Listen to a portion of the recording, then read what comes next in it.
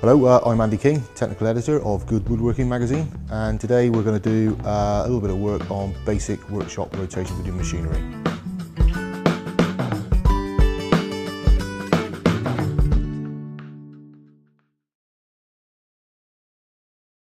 So what you're trying to establish is obviously the actual overall width of the tenon you want, and again it's a sort of 2/3, 1/3 sort of rule. So just that's obviously the defining point of your tenon there, as is that.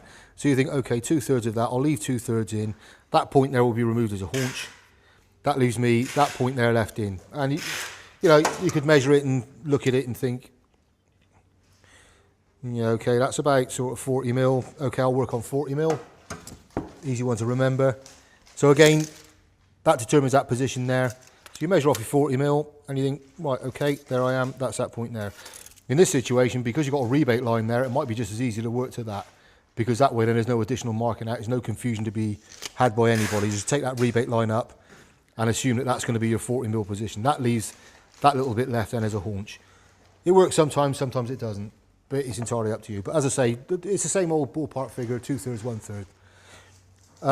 So from that point there, what you can do to save yourself getting a little bit more confused is, when you start getting a lot of lines in, is to actually determine what the joints are and where they actually sort of finish. So as we know that this on the short width is actually coming right up through on the door, and on that is constrained within a frame on the bottom on the frame itself. So what you're looking at really is a frame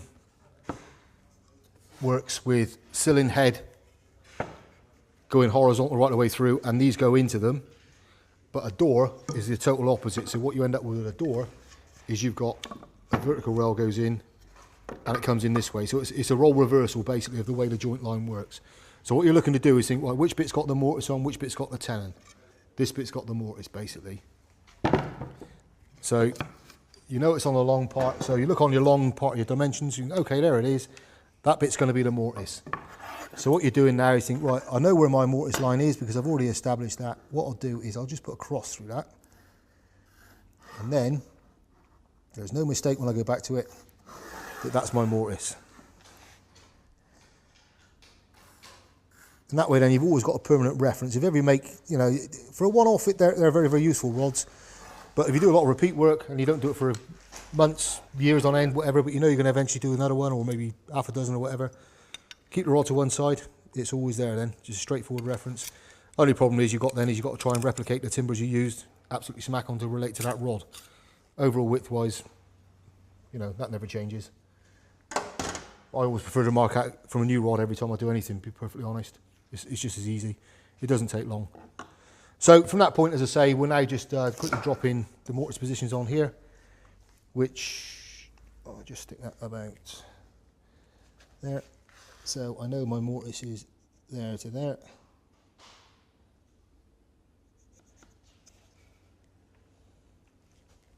And again, there to there. So likewise, that just gets transferred around.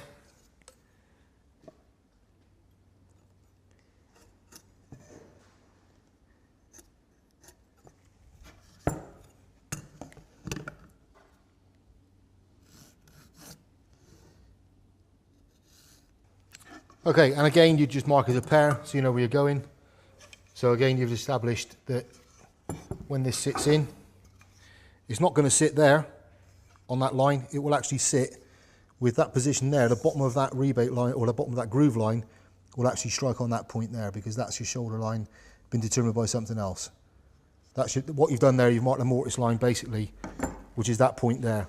Okay, on this one here, which is now the rails, the shorter ones, you now determine from this point here to here. These are your shoulder lines.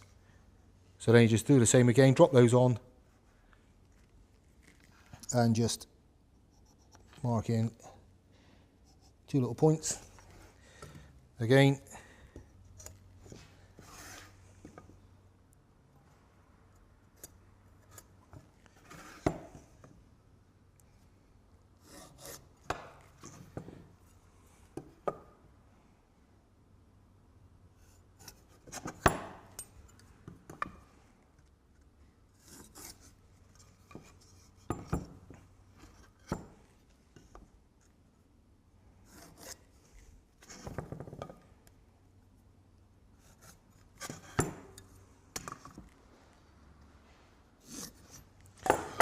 And that's your tenon lines now. So basically you've got that. It will sit like that basically. That will go into there, back to there, and that's it. And obviously the same that way. That constrains all your door.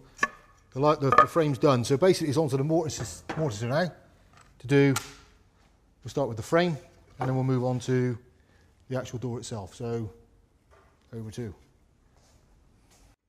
Okay, so we've got our morticer set up now. What we've got here is obviously the chisel is set. So the outer face here is the face of the wall of the rebate there. So that was determined over at the rod. So now we're at the same situation where we've defined our lines, just a matter of cutting that mortise. So we'll just power on.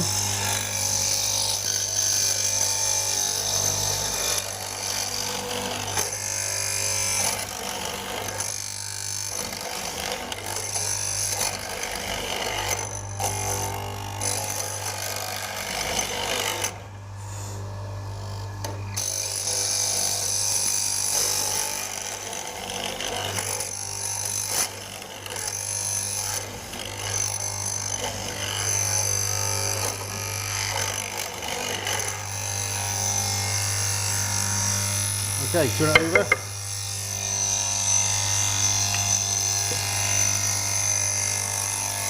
We'll transfer our lines over to the back, so it's just a matter of, again, just dropping that down through. First little cuts are just little nibble cuts, and as it starts getting deeper, a little bit more pressure. Then we can start bringing it through.